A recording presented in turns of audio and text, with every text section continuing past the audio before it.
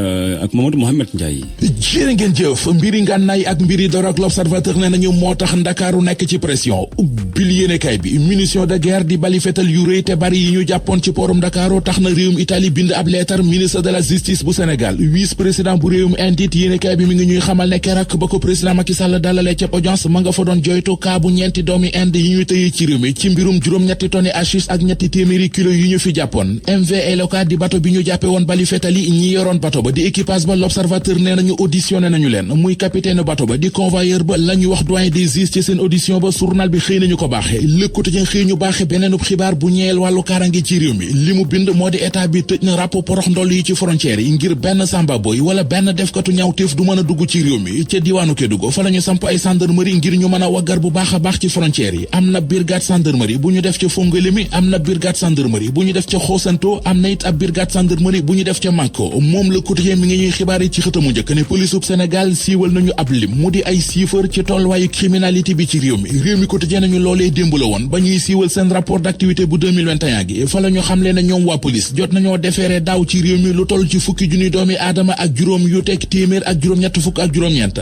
xayma nañu it ñoom waa police 22 infractions yu am fii ci Sénégal ci 2021 gi wax nañu it ne région bu Thiès bokk na ci région yi nga xam ne fa la yamba ji ëppee lu muy jalaañoo Sud Quotidien xamal ñu ne ca Kees fa la police nationale ëppee lu mu jàpp ci yamba nee nañu jàpp nañu fa lu toll ci 929,1 kilo yamba Kolda moo ci topp ak 377 kilo yamba Ndakaaru soog a ñëw ak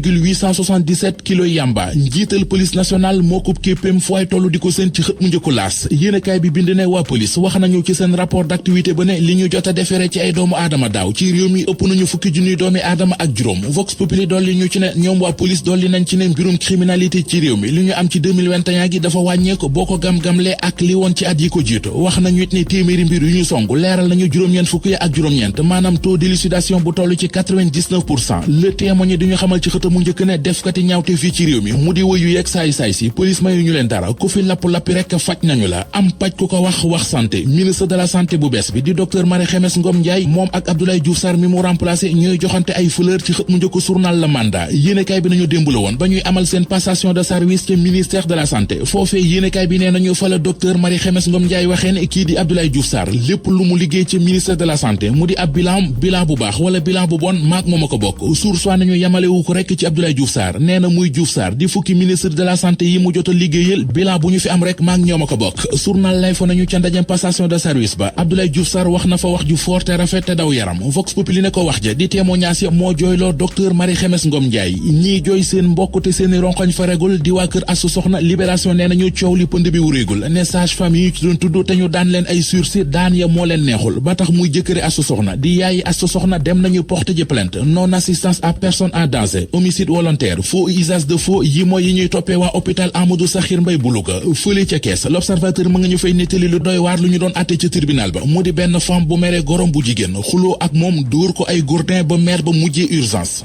Grande journée Serigne Abdoulahi Mbacké borom Abdoulahi Mbacké borom Abdoulahi Mbacké borom Abdoulahi Mbacké borom Abdoulahi Mbacké borom yëral